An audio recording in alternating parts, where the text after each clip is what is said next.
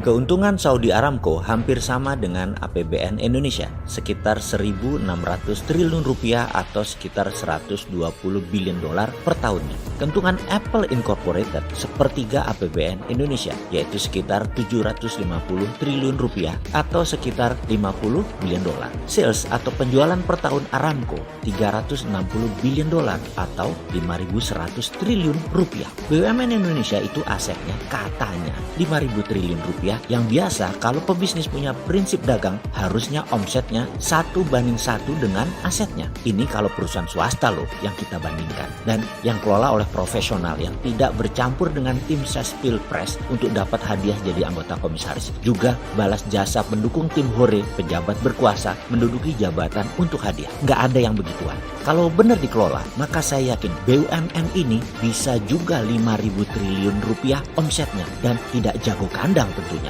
merambah ke luar negeri. Saat ini cara pengelolaan BUMN ini agak lucu. Masa BUMN lihat rakyat Indonesia sebagai pasar? Ya geblek aja kalau begitu. Rakyat Indonesia itu aset, bos. Yang namanya pasar itu di luar negeri. Bisa nggak mikirnya kayak gitu? Bisa nggak mindsetnya seperti itu? Rakyat aset, bukan market. Jangan menjual produk BUMN ke rakyat dengan harga mahal. Jangan paksa rakyat dengan produk BUMN yang tidak ada pilihan. Jangan buat rakyat bergantung kepada BUMN. Jangan buat BUMN ambil sisi hulu yang membuat UKM ditekan atau tertekan di sisi hilir. Buat apa ada BUMN kalau kayak begitu? Inilah salah kaprahnya pengelola BUMN di bawah kementerian yang sangat manja dengan regulasi-regulasi yang melindungi mereka dan dana APBN. Sudah kayak begitu, nggak bisa 1:1 lagi asetnya dengan salesnya. Apa itu maksudnya 1:1? Ini harus diterangkan karena mungkin sahabat sudah tahu, tapi buzzer nggak paham. Ini yang harus dijelaskan biar buzzernya pinter sedikit, komennya jadi bermutu. Sederhananya begini, kalau kita pebisnis, aset kita yaitu modal plus alat usaha dan lain sebagainya, katakanlah 500 juta. Kita punya penggilingan padi.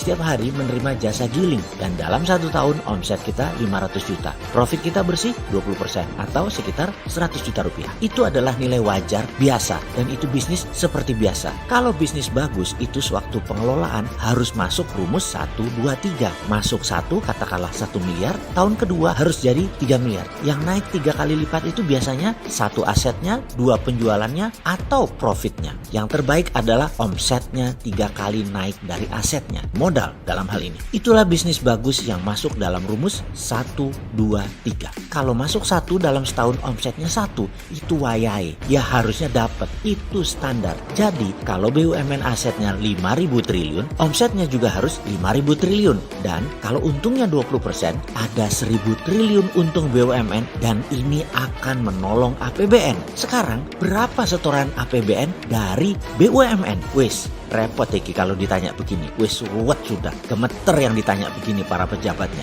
Kalau punya hati sih, wis kelihatan sudah aslinya. Jadi bagaimana ke depan ini BUMN? Mana nih sudah setahun jabat, sudah berapa banyak setoran APBN ke BUMN? Loh, kok APBN setor ke BUMN ya? Bukan harusnya sebaliknya, BUMN setor APBN. Kok masih netek sih? Kok bukannya nyetor malah minta disetor? Kok enak ya? Maaf nih bro, namanya pelayan publik pejabat itu ya. Jadi wajar kalau ada yang nanya. Bukan oposisi loh ya, maklum fans dirimu apa juga yang kamu perbuat itu bilangnya bagus. Kalau kita kan netral, Anda ya harus melayani sisi liar dari harapan publik lainnya yang bayar pajak, minta performa Anda. Mangkel loh yang bayar pajak lihat APBN tidak perform, APBN malah buat nyetor BUMN, BUMN yang nggak perform. Kalau nggak perform ya kita ingetin, kalau mau tahu caranya bisa meningkatkan omset dan profit BUMN, ya mbok kabar-kabaran, nanti kita kasih tahu, kita tolong. Tapi tutup dulu 500 BUMN anak dan cucunya dulu. Nanti enak deh kita ngomong. Menutup itu bikin efisien biaya loh bos. Walau tim hore yang nggak bisa kerja banyak kecewa.